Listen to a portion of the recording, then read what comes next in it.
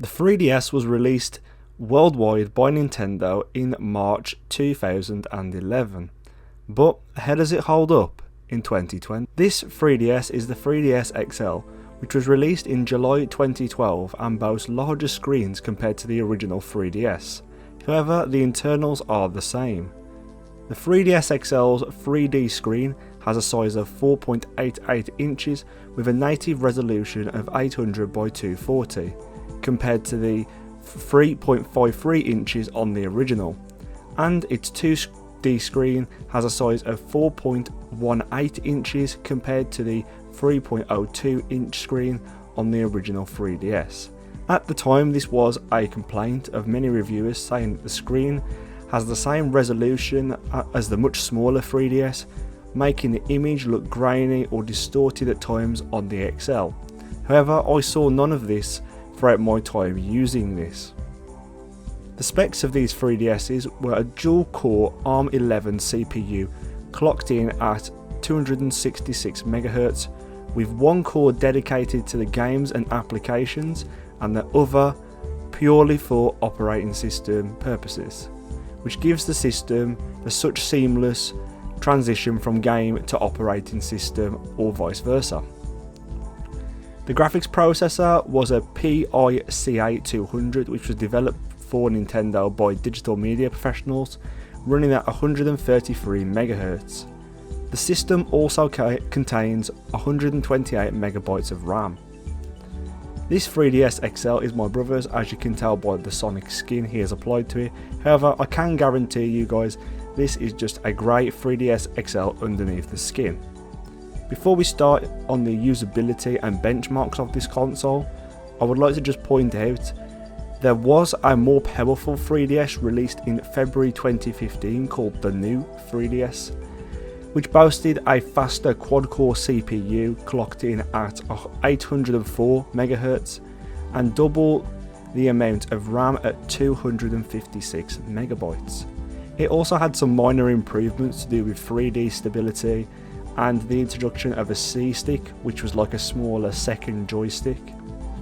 Also to note is there was a small amount of games released for this new 3DS to make use of its upgraded specs, but these new 3DS games weren't compatible with the original 3DS and the 3DS XL due to its weaker hardware. So first off, the boot time is a little slow, but when you get into the operating system it still feels pretty up to date and very quick. I'd like to say how similar this is to the Nintendo Switch OS, which gives you the illusion that the device is a lot newer than what it seems. When the 3DS was originally launched, there were also apps that could be downloaded for the device, including YouTube, Hulu and Netflix. However, Netflix is only available in the US and Canada, and I believe the same is for Hulu. The YouTube app was great on here when the console was first released, but with time it slowed down and was removed later last year. However, the eShop is still online to purchase games and the remaining apps that are still available, as well as the 3DS is still receiving software updates every now and again. But let's get into the games. First up is Sonic Generations for the 3DS, and this game is impressively good looking for a handheld console game. It is very similar to the console and PC version, with a few tweaks to make it less intensive, like how the menu screen is just selected and you can't run with Sonic to each different stage.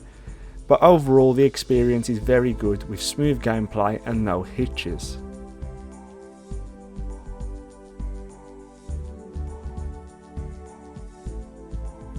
The next game up was Mario Kart 7 for the 3DS, which is also a great experience and very good again graphically for a game that is running on weak hardware. Now, the 3DS is also backwards compatible, meaning it can play DS games as well, which makes the library for this device even bigger. So, for an original DS game, we tried out the classic New Super Mario Bros. As you can see, the game runs great.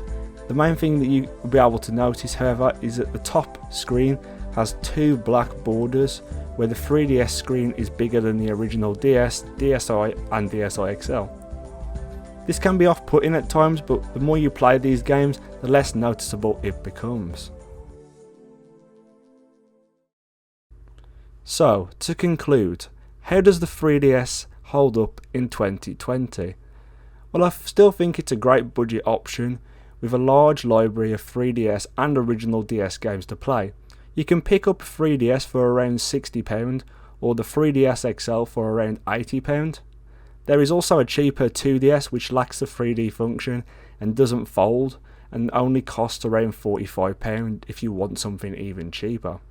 But yes, these are a great option if you're looking for a handheld console on the cheap and has a wide range of games that you can play on it. Let me know in the comments below what you think about the 3DS. If you like this video, consider clicking the like button and consider subscribing for more content just like this. You can also go follow me on Twitter and Instagram at JXTechie if you would like to, and we also have a Discord server that you can check out. The link is in the description. Thank you for watching, and I'll see you in the next one.